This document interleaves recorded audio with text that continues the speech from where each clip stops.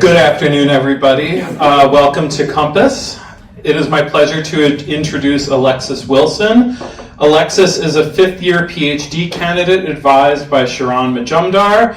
Alexis earned her Bachelor of Science degree in Earth and Atmospheric Sciences from Georgia Tech in 2020. During her time at Rasmus, Alexis has participated in multiple field campaigns to observe tropical waves in the Caribbean and Eastern Atlantic Ocean. In November of 2022, Alexis had the opportunity to fly into the eye of Hurricane Lisa aboard a NOAA Hurricane Hunter. As we will learn shortly, Alexis's research focuses on complex tropical cyclogenesis pathways. Please welcome Alexis Wilson.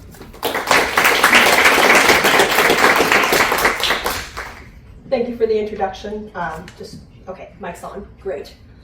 Okay, so as Aiden so kindly introduced, my name is Alexis Wilson, and I'll be discussing a lot of topics about the initial structure of Caribbean developing African easterly waves, how they compare to MDR developing easterly waves, with a specific focus on cases we observed during the 2022 CPEX field campaign.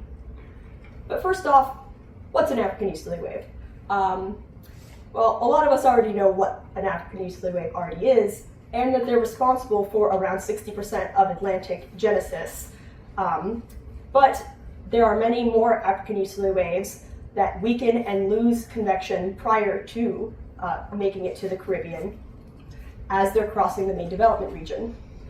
The Caribbean in particular has a different seasonal peak compared to the main development region, whereas it peaks in October rather than September. And the genesis cases in the Caribbean encounter different environmental factors, such as the Caribbean low-level jet, Central American gyres, mid-latitude systems, and different topography that we don't see in the open Atlantic.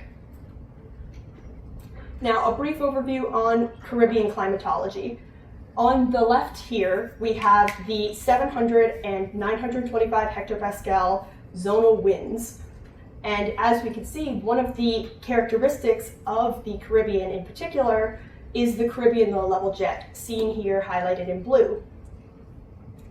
We also, in the East Pacific, have a southwesterly jet called the Chaco jet, shown here in purple. And this often leads to this strong region of convergence right around Panama. It also, because of the Caribbean low-level jet, leads to a lot of moisture divergence in the Eastern Caribbean, which is why we often see what's known as the genesis hole in the Eastern Caribbean, where there's not as much genesis occurring there. Now, the Caribbean low-level jet has been shown to aid in the initiation and/or amplification of easterly waves. However, that often is more important for waves that form in the East Pacific, because a stronger Caribbean low-level jet often leads to higher shear in the Caribbean, which inhibits TC genesis. However, we wanted to look into what were some of the structures specifically beyond just weak or strong jet that might lead to genesis in the Caribbean. So we took 85 tropical cyclogenesis cases from the Western Caribbean from 1979 to 2021 and used bootstrapping to identify significant differences in low-level wind flows from climatology. And that's shown right here on the left, where T-0 on the bottom right of this figure is genesis time, and it goes from T-5, 5 days before genesis, all the way till genesis, and shows right here is the zonal wind anomaly at 925 hectopascals, which is the peak wind speed for the Caribbean low-level jet. And what we observed was that prior to Caribbean genesis, the CLLJ did show weakened easterlies, but it was confined to the western portion of the Caribbean, so it did not extend wholly across the entire basin. This also resulted in lower shear values in the Southwest Caribbean. And now this image has flipped to the meridional anomaly, and one of the other significant things we found as part of this was a anomalously southerly flow across Panama, which indicated a enhanced Chaco jet resulting in the convergence regions of the Chaco and Caribbean low-level jet shifting from around Panama up north into the southwest Caribbean. And this can be seen here by the OLR anomaly, which shows even as early as T-minus 4 days in advance this anomaly of outgoing long-wave radiation and increased cloud coverage prior to TC genesis. Here we have a schematic that represents what we have going on here, where on the left is climatology. We have a Caribbean level jet that typically bends towards the south and meets the Chaco jet right along the Caribbean, the Central America, resulting in a lot of low-level moisture convergence and convective activity in that region. However, in this pregenesis environment that we found, we saw this increased strength of the westerlies and southerlies in the East Pacific associated with an increased strength of the Chaco jet, a decrease in the Caribbean low-level jet in the southwest portion of it, leading to a more northward curve of the jet itself, and increased convergence activity from Central America into the Western Caribbean. Now, how might this system change when you have African easterly waves in this system?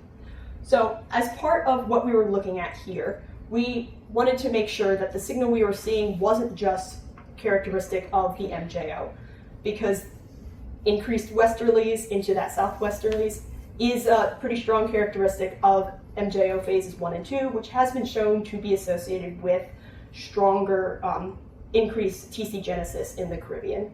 So we separated out MJO phases 1 and 2 with cases that formed from not MJO phases 1 and 2, either any of the other phases or neutral. And we did see the same signals in terms of the anomalies with the low-level winds, albeit weaker than with the MJO phases. However, what we also saw, which we can see on the right here, was a westward propagating OLR anomaly, which we associated with a African easterly wave, which can aid in adding some of that moisture that might not be coming from the convergence of these two jet flows in the more westerly anomaly-driven Chaco and Caribbean low-level jet convergence cases. And these interactions may also result in the amplification of an African easterly wave, especially a convectively active one that's flowing into the Caribbean. This was seen during 2021 in Ida. So, taking a step back and going to African easterly waves as a moisture source in the Caribbean. So, most African easterly wave studies focus on TC genesis in the MDR. However, we have seen a couple of studies that do talk about waves that do end up making it all the way to the Caribbean, and they were shown to be initially weaker and less convectively active initially after coming off of Africa, and were significantly more likely to stem from northern track African easterly waves. Now, this tells me a couple of different things. How do some of these waves that are often weaker and less convective end up making it all the way to the Caribbean, still being fairly convective and moisture rich? So what sustains Caribbean developing African easterly waves, and how might they be different structurally when they're first coming off of Africa from waves that develop in the MDR? So to explore this, we look at 6 different cases that we explored during CPEX-CV 2022. Now, this was a field campaign that took place out of Cabo Verde, which is an island chain right off the coast of Africa. And we flew a total of 13 flights, 12 of which actually sampled African easterly waves. A total of 6 African easterly waves were sampled, and 5 of them ended up developing at one point or another. This is an enormously high hit rate. Usually you do not get that level of development with waves. 3 of those ended up developing in the MDR. That is Fiona on the top right, Hermine on the middle right, and TD12 on the bottom right. And 2 of these cases ended up undergoing genesis in the Caribbean. Ian and Julia on the middle and bottom left, respectively. We also have 95L, which was a non-developing case, but had significantly, it was a very strong wave, and at one point was given a 70% chance of developing by NHC. So it represents a strong non-developing case. So for all of this, we have a variety of instruments on the aircraft, which I will show some snippets of later in this presentation, and we also fill in a lot of the gaps presented because when you're on a plane, you can't get everything everywhere all at once. So those gaps are filled in by ECMWF, GridSat, and total precipitable water data. And these waves were tracked using our lovely Will Downs wave tracker. So first, taking a look at Fiona. Fiona was the wave that ended up forming in the MDR, in the more central MDR, that actually made it to hurricane strength. This wave, as we can see here, had a fairly, hold on, let me explain the image first. So on the left here, we have a lot going on. So we have the contours are the mid-level in red and low-level in blue relative vorticity values. And the background is the total precipitable water values in the shading. We also have arrows that represent the mid-level and low-level wind. Once again, the darker red is 700 and the darker blue is 925. So you can get an idea of what the structure and low to mid-level vertical alignment of the system was. And with Fiona, it was fairly well aligned. Not to say exactly on top of each other, but relative to some other cases we will see later, it is fairly well aligned. It did also show a region of dry, dusty air in the mid to upper levels to the northwest of the system. However, a lot of these winds were running parallel to that, so we didn't see too much drier entrainment at this point in time. And one of the ways we can show the alignment here is a horizontal cross-section, where on the bottom we have the longitude, and on the y-axis we have the height, and we show the, in blue, contours of meridional wind going northward, and in red we have the meridional wind coming southwards. You can get a good idea of the circulation looking at this and how vertically aligned it is. In the shading we have the relative humidity values, which gives you an idea of what might be ingested at different levels and where some of those regions of convective activity are most impacting the mid to upper level relative humidity values.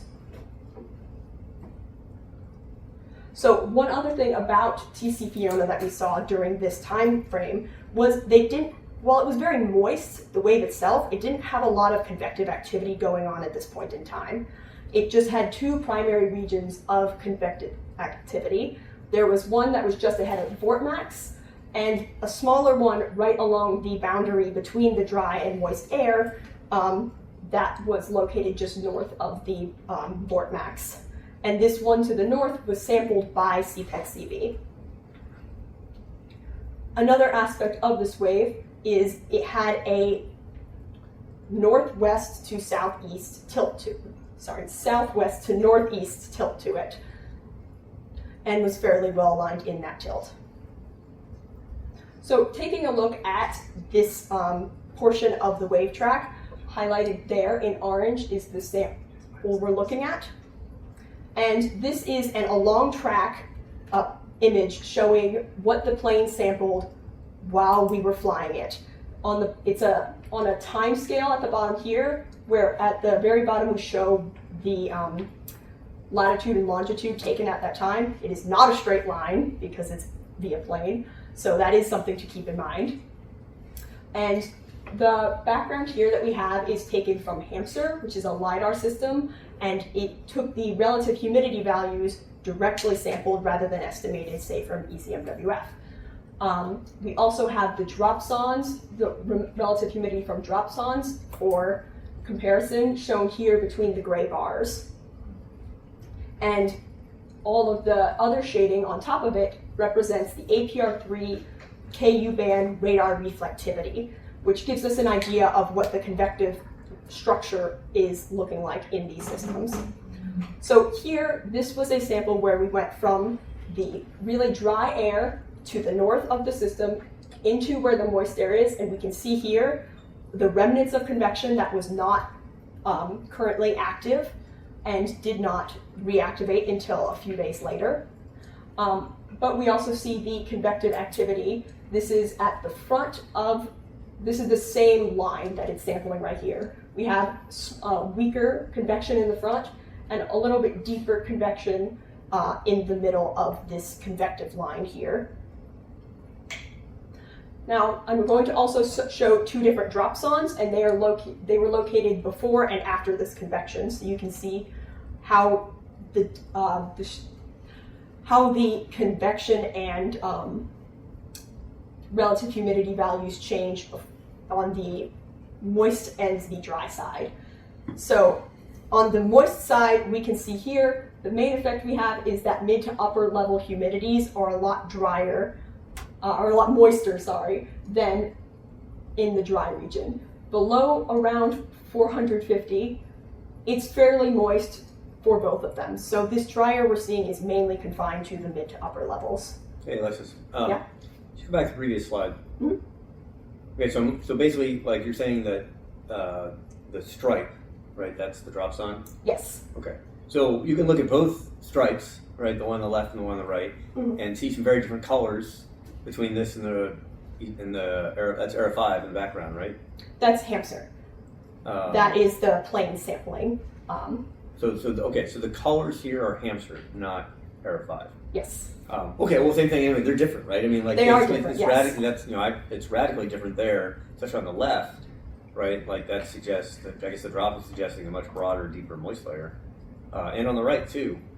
So yes, yeah, this is true. Part of it has to do with as you're dropping some drops on that's going to shift in space and time due to the change in winds. I have also noticed through doing this, we do see that a lot where it sees this broad dry layer that's not as deep as it's seeing when you look at it in terms of drop zones. So that is definitely something to keep in mind.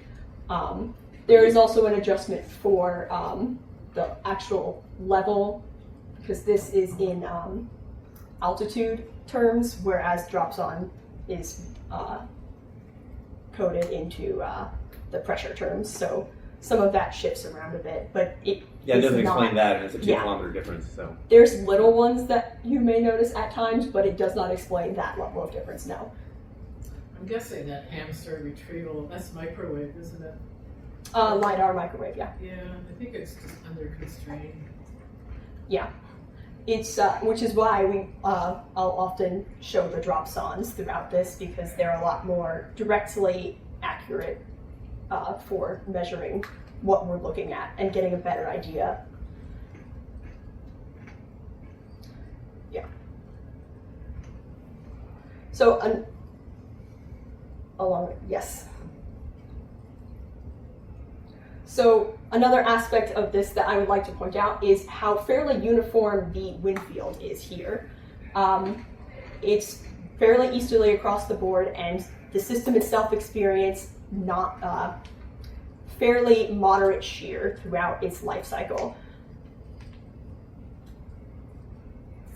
So 24 hours later, we saw this, not a lot happened, but it also didn't ingest much dry air.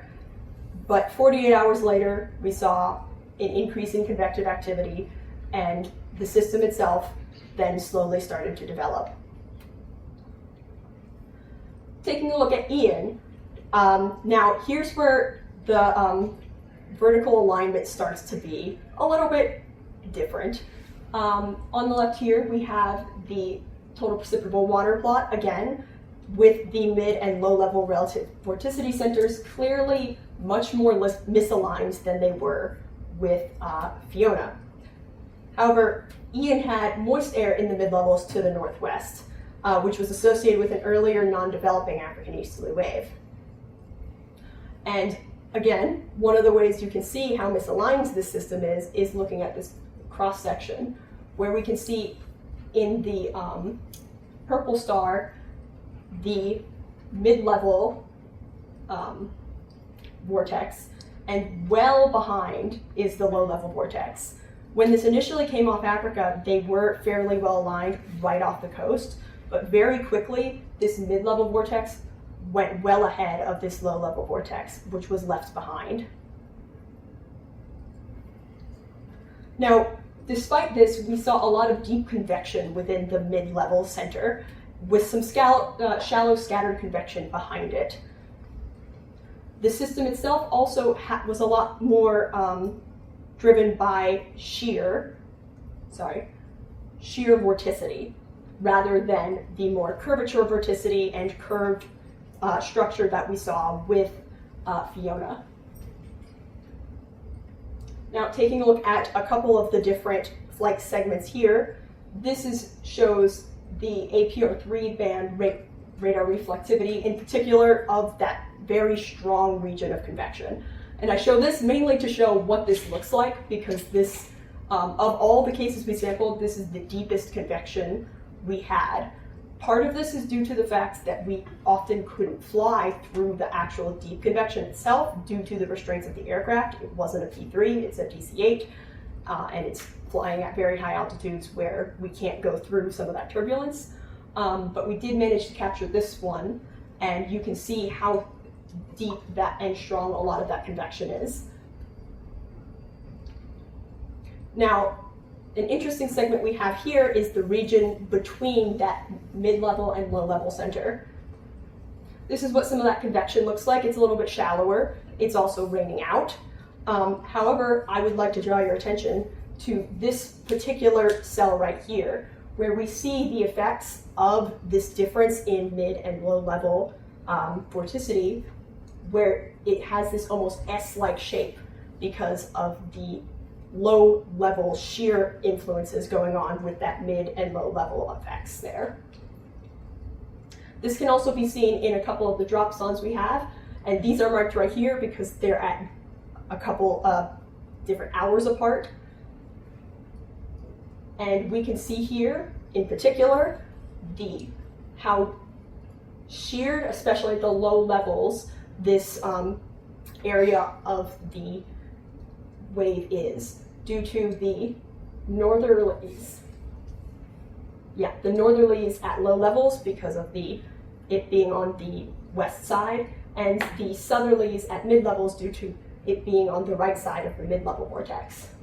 However, I would also like to point out here that compared, when you look at deep level shear, around the 850 to 200 differences, it actually wasn't deep shear.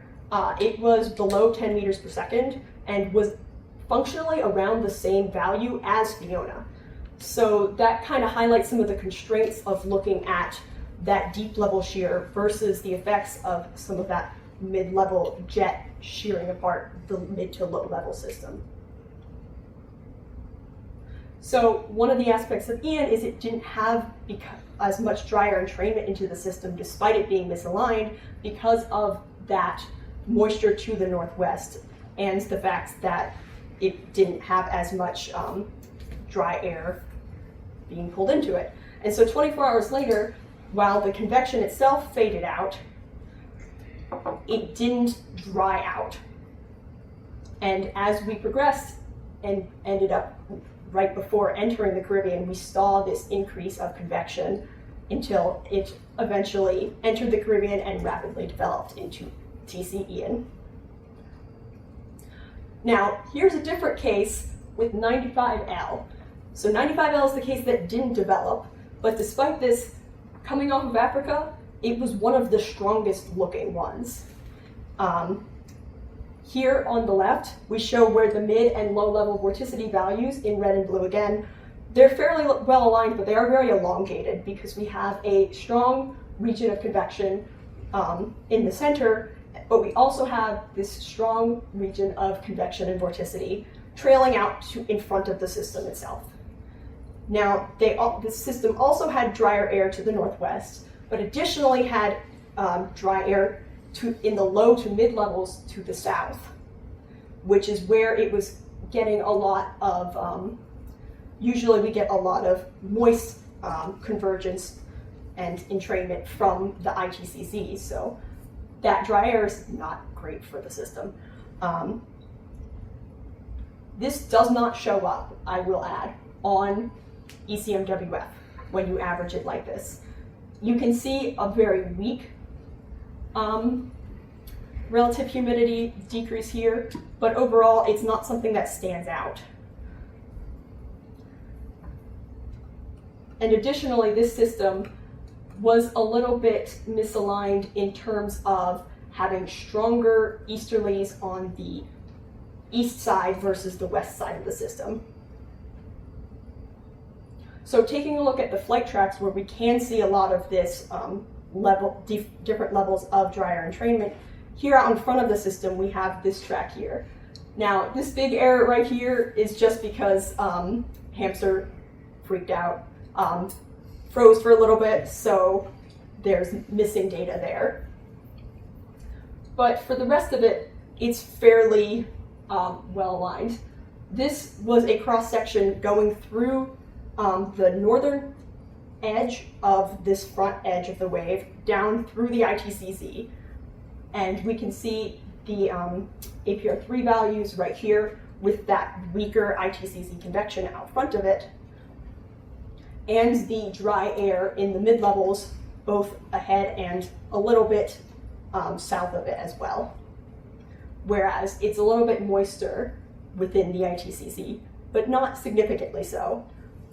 As we'll see here with these two drop zones that show we have a region of dry air that extends all the way down to almost 700 hectopascals here, where the dry air involved here is a little bit confined to the upper atmosphere,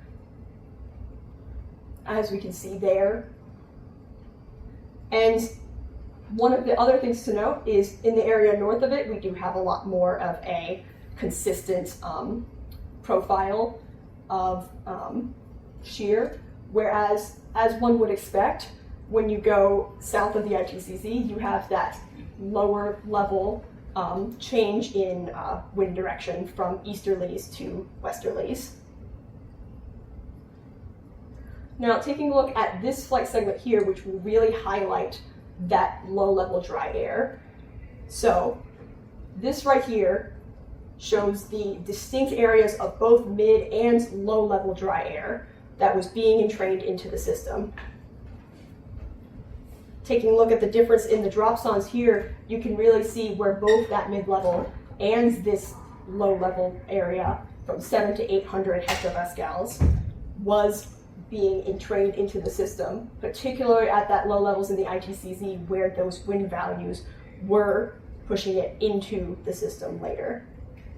So this actually represents a flight that we conducted the next day, where it looks stronger for now.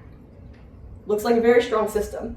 And this is why it was given a very strong chance of developing. However, what we also start to see is a lot of this dry air wrapping in, both from the northwest, and while it's not as visible on the TPW, we did get some in the southeast being pulled in as well. A lot of the convection as well is southeast of the center. The convection that was there had fizzled out, partially due to a lot of this dry air being brought in, where all the deep convection was primarily located northwest of the center. And this was, you might look at this and think, this just looks like a sheared out tropical storm. And yeah, essentially. What we have here is that cross section again, where you see where that region of stronger convective activity is shifting that mid-level vortex to a little bit outward, even though the actual system itself is still fairly vertically aligned. And we also see that same effect of the stronger winds coming into stronger easterlies on the east side of the storm versus the west side of the storm as the system begins to wrap up in itself. Now looking at the flight track here, we can see just how dry a lot of this mid-level air is starting to become in that region, the southwest region of the system. We do have some lower level convection going on here, but the actual area itself is rather dry and confined to lower levels. And that is something we can also observe in the drop zones, where you have that mid to upper level dry air. We also have that region of lower level moist air, as we can see in this drop zone here, that isn't quite being captured as well on the models. So another aspect of another flight track we're going to look at is in the region of significant convection, or behind it more so. So here we have a lot of lower level scattered convection behind it, and as we get away from the system, we start to see just the anvil remnants of the cloud extending outwards, and a little bit drier air below it. Now this represents itself on the right as the onion sounding something proposed by Ed Zipser, resulting from this more region where you have the anvil cloud and the descending air below it that dries out. However, we do see very moist air in this towards the center, as you would expect where you have the deeper convection. Another thing I would like to point out is how strong the winds are here, particularly compared to the upper levels, where as a result of some of the strong winds, we see a very sheared profile.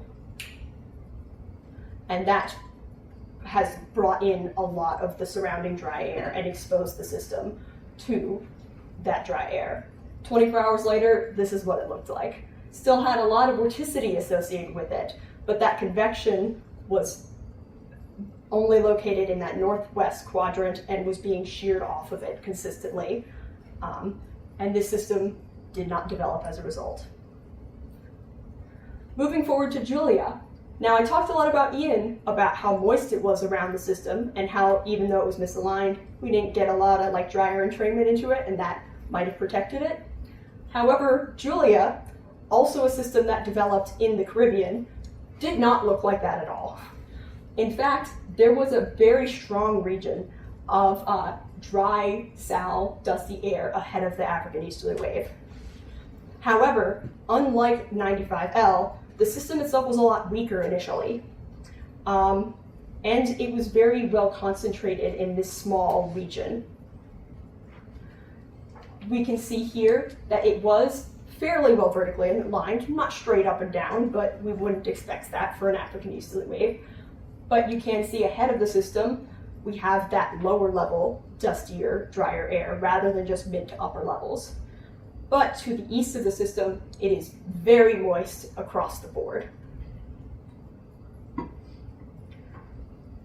It also had a very interesting shape for the wave itself, where instead of that typical wave-like pattern, you see here a region of stronger easterlies, almost impinging on abnormal region of westerlies, causing this very sharp gradient of both moisture and some shear-like vorticity.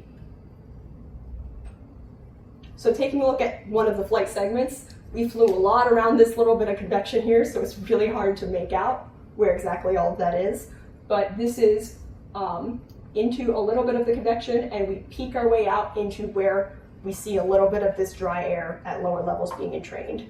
And this shows up pretty clearly here, where you have around 4 to 5 kilometers, this peak in dry air, as opposed to earlier on when it is a very moist region.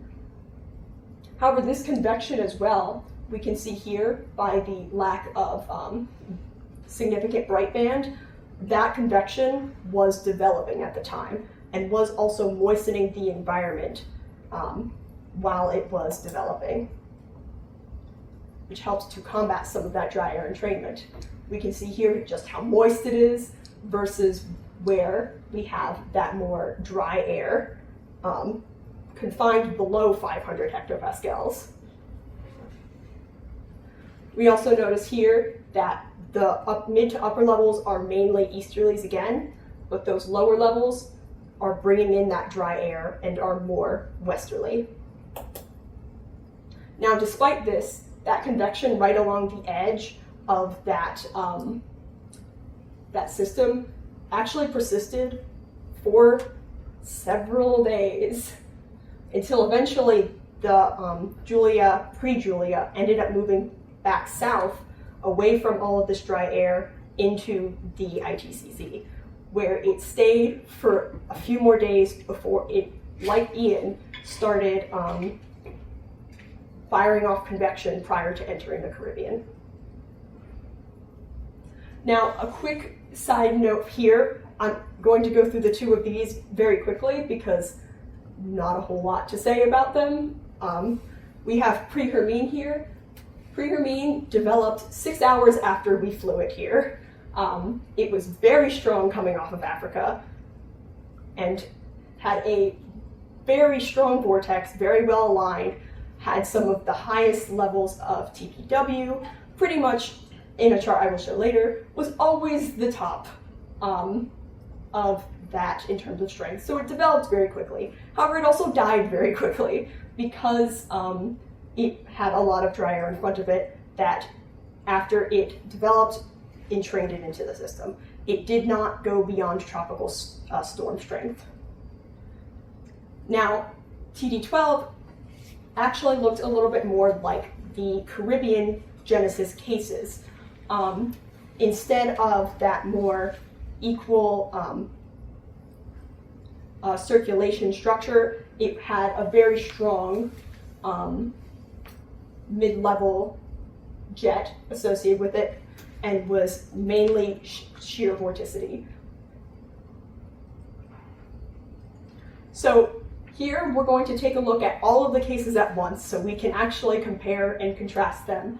On the bottom, this is a longitude relative plot, where on the right we have around Africa, and on the left it goes all the way into the Caribbean itself. The solid line plots here represent Ian and Julia, the Caribbean developing cases. The dashed lines represent Fiona, Hermine, and TD12, which were the cases that developed in the MDR. And the dotted line represents Fiona, 95L, which, as you can see here on the TPW, very quickly dried out. So these values were averaged within a 3-degree radius of the African easterly wave center. So one of the things to note that is actually interesting about these cases compared to the statistical average is Hermine and all the Caribbean developing cases right off of the coast of Africa were actually moister on average than the cases that developed in the MDR. However, this was not a very significant difference, and this line plot, while you can take a little bit from it, looks a bit like spaghetti, which is most of them. However, there are a couple ones that don't look like spaghetti, and that is mainly, one of them is the low-level relative vorticity.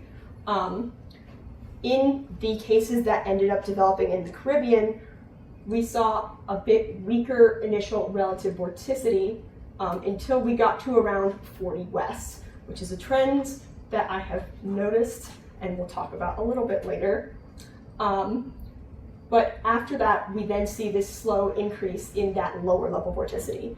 The mid-levels were fairly comparable between the two.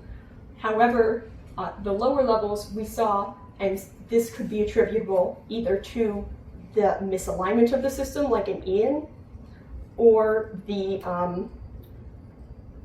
just weakness of the system as a whole, like in Julia, versus the more well-aligned systems that aren't sheared apart, like Fiona and 95L until it very much was sheared apart. Hermine is very clearly an outlier here. you can see how very quickly that intensified off to the right. But the most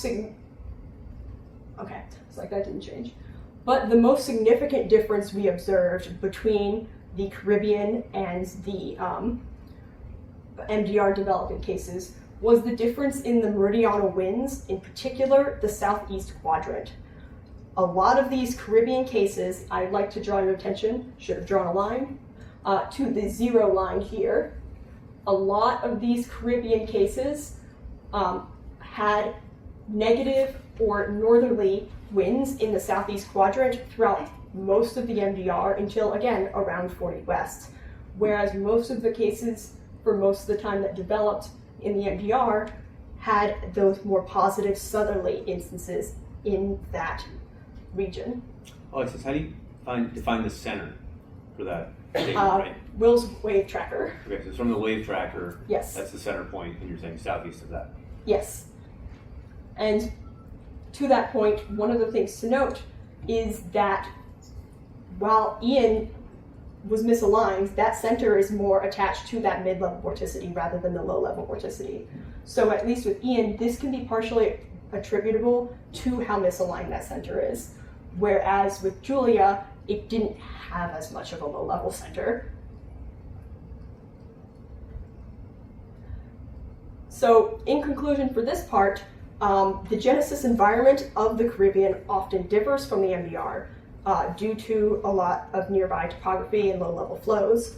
The difference in the initial structure of African easterly waves can favor TC genesis in different basins in different ways, with Caribbean African easterly waves favoring initially weaker or misaligned African easterly waves that manage to maintain their moisture, typically in the ITCZ.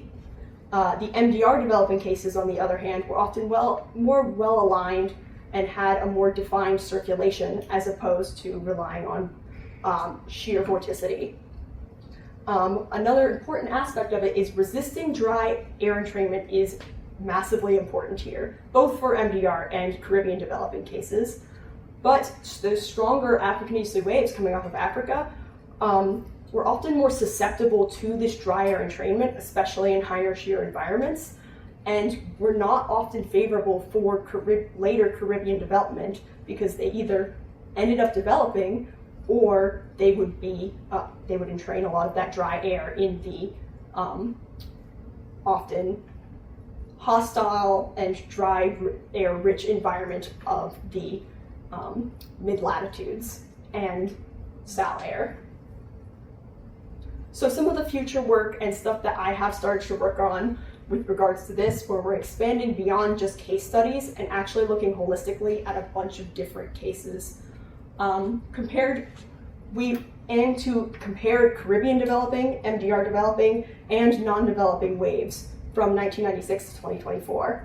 Some of the preliminary results we found actually support what we found here, where Caribbean developing easterly waves had statistically significant low-level northerly wind anomalies right when they were coming off of Africa, not just for these cases, but across the board. And this was compared to non-developing waves, not even MDR waves. Whereas it also had a mid-level easterly wind anomaly, similar to what we saw with that stronger jet that increased a lot of shear vorticity, but not curvature vorticity.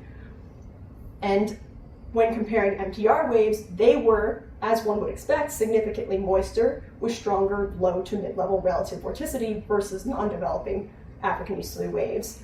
But Caribbean developing African easterly waves weren't significantly different from non-developing ones in the moisture and vorticity sense until around 40 west.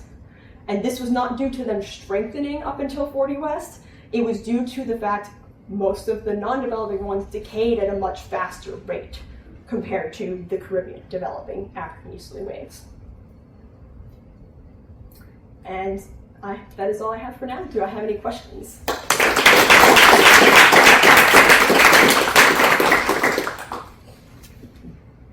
Nice talk. Thank you. So kind of related to what Dave was talking about, you highlighted in different snapshots where the mid and low level centers were. Have you tried doing like for instance, you had all those line plots. Did you have a version of that highlighted like tilt, basically, like low level versus mid level center displacement distance or something like that? I wanted to do that, but it's quite a difficult metric to pinpoint, particularly with how often weak and arbitrary the centers can be. Yeah. So I sadly don't. Totally get that. Yeah, I'm not sure. I've had similar experiences, but Yeah, as you know, even tracking some of these waves all the way into the Caribbean, especially when you're focused on like curvature, vorticity, and all of that, is difficult to do because of how much they weaken relative to the environment, even if they still exist. So trying to not only do that, but then also get distinct levels as part of it was difficult, to say the least. So, one of the questions I have is, can you speculate on what's so special about 40 West? Like, why are things changing so dramatically at 40 West? Like, any ideas why that might be? So, I do have some theories. Let me find an image that actually shows anywhere close to the Caribbean. I think I had end of Julia.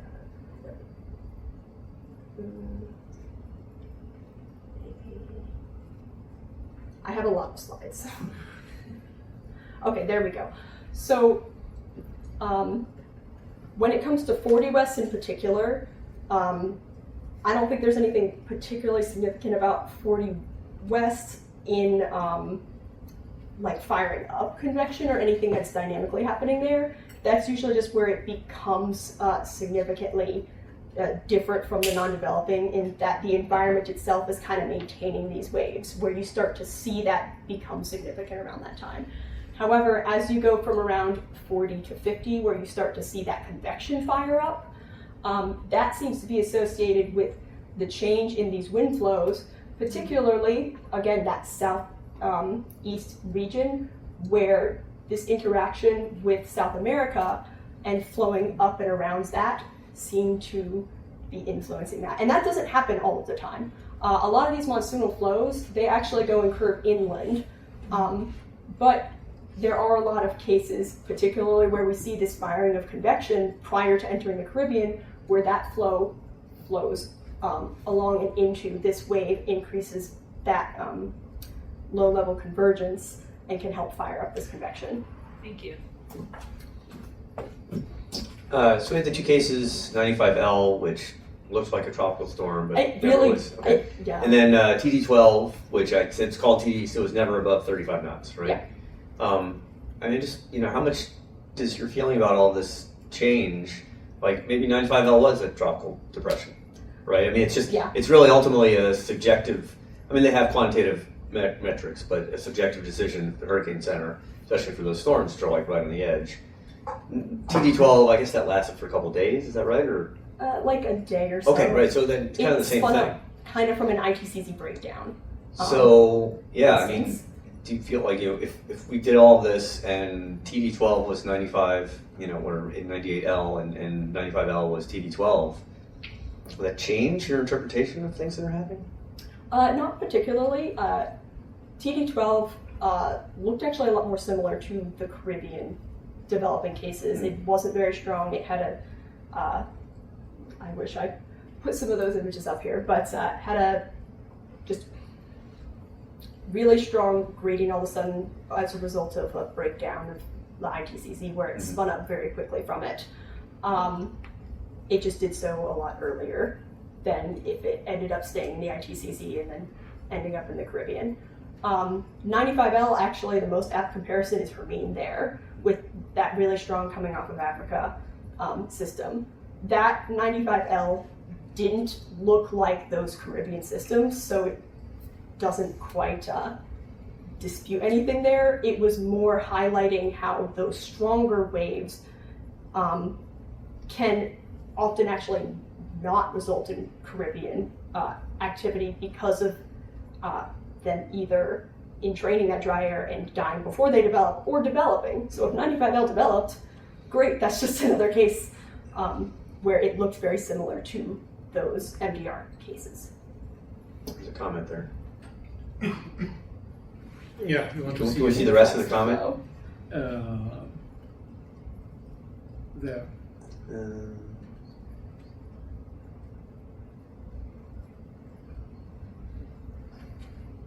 Yeah, He's great agreeing with points you. about that. Okay. Good. South America can deflect the flow, as you mentioned. It can also slow the flow, enhancing low-level convergence. Yes, exactly.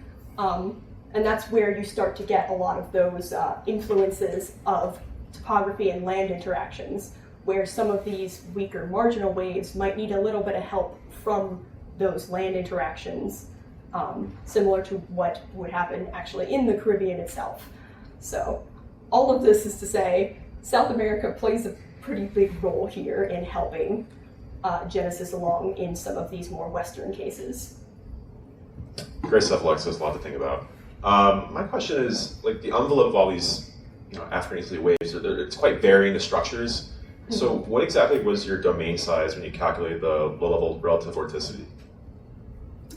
For the line plots, Yeah. that was 3 degrees in either direction, so a total of 6 diameter-wise, which, yes, doesn't always capture, say, Ian again, where it was very misaligned.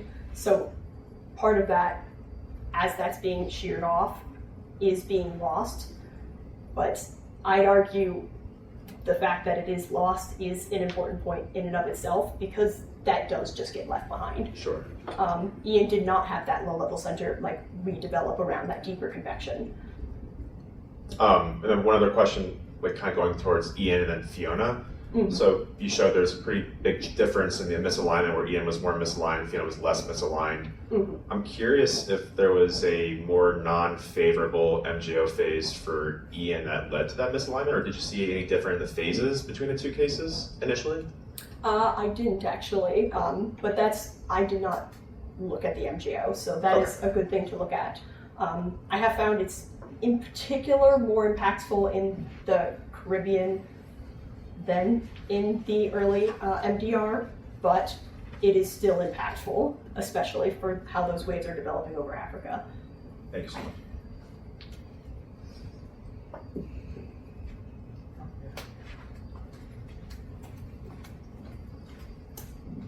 Who knew I'd be asking all the hurricane questions? I love it. Yeah, so just for my own personal curiosity, can you, based on what you've learned about cyclogenesis in the MDR versus in the Caribbean, can you make any sort of predictions on how, looking at a warming climate, if we should expect more hurricanes in the Caribbean? I'm asking as someone who's No, that is curious about their own investments in the area. That is a great question. So there's some conflicting things. One of the biggest ones is, in the Caribbean in particular, the Caribbean low-level jet. That does increase shear. It does make it harder to develop. One of the things that has been noted is a particular, in climate models, decrease in genesis in the Caribbean because they anticipate an increase in that strength of the Caribbean low-level jet associated with more El Nino-like conditions. However, we have so far seen the complete opposite. Right. So whether or not the climate models are accurately representing what's going on there or not, I'm not a climate scientist, unfortunately, so I am not sure. But so far, it seems like the way that climate change has gone with the warming ocean temperatures has resulted in more genesis in the Caribbean. As for the MDR, they have seen a little bit of an increase in genesis. It's not as significant as the increase in the Caribbean so far. And part of that, again, is due to the more La Nina-like conditions and how that affects waves. Yeah, I'm also thinking about what your explanation was about 40 West, right? And, the heating, especially of South America, and how that might play into this as well, right? You'd expect the South American continent to heat up quite a bit right? Especially when you factor in deforestation, right? Yes. So how might that also play a role? The diurnal cycle starts to play a bigger role there, which I have noticed in several cases. We see almost this diurnal cycle impact where later in the day we have more onshore flow at low levels, offshore at mid levels, and it behind the wave results in a southerly wave shift at that 925 level that results in more almost the spin up of a wave, where overnight you see a lot more convective activity on land in front of the wave. And Ida was actually a really good case of this, where you saw this almost like dichotomy, actually, because I do have that here as part of it. So it's a hidden slide, but it's there, where this is every 3 days before Genesis, 2.5 to 1.5 and such, where you can see here behind the wave that stronger convective activity at T-5, you get this activity in front of and the decay behind it. Again, you start this a lot of convective activity over land, over at the start of it over the ocean and back and forth. And that area in front of the wave, in particular, interacted with this mountainous range combined with the Caribbean level jet and enhanced Chaco-like flows here, and generated this MCS in front of the wave that, as the wave passed over, was ingested within it and resulted in the formation of Ida, which went from a very weak wave to a very strong wave very quickly, and was not caught by models. You might consider putting this in your main talk. It's a really fascinating case to talk about. It is, yes. For time-wise, I didn't include this here, but yeah, it is in the, all of this part was my paper back in 2025, and it does go through all the things that happened with Hurricane Ida as part of it. And that's there we go. That southerly flow I was talking about right here is what we see here, developing 2 days before Genesis right along the coastline associated with that diurnal effect. Thank you. All right. We have 3 student seminars on Friday. We hope to see everybody there in the auditorium. But thank you, Alexis.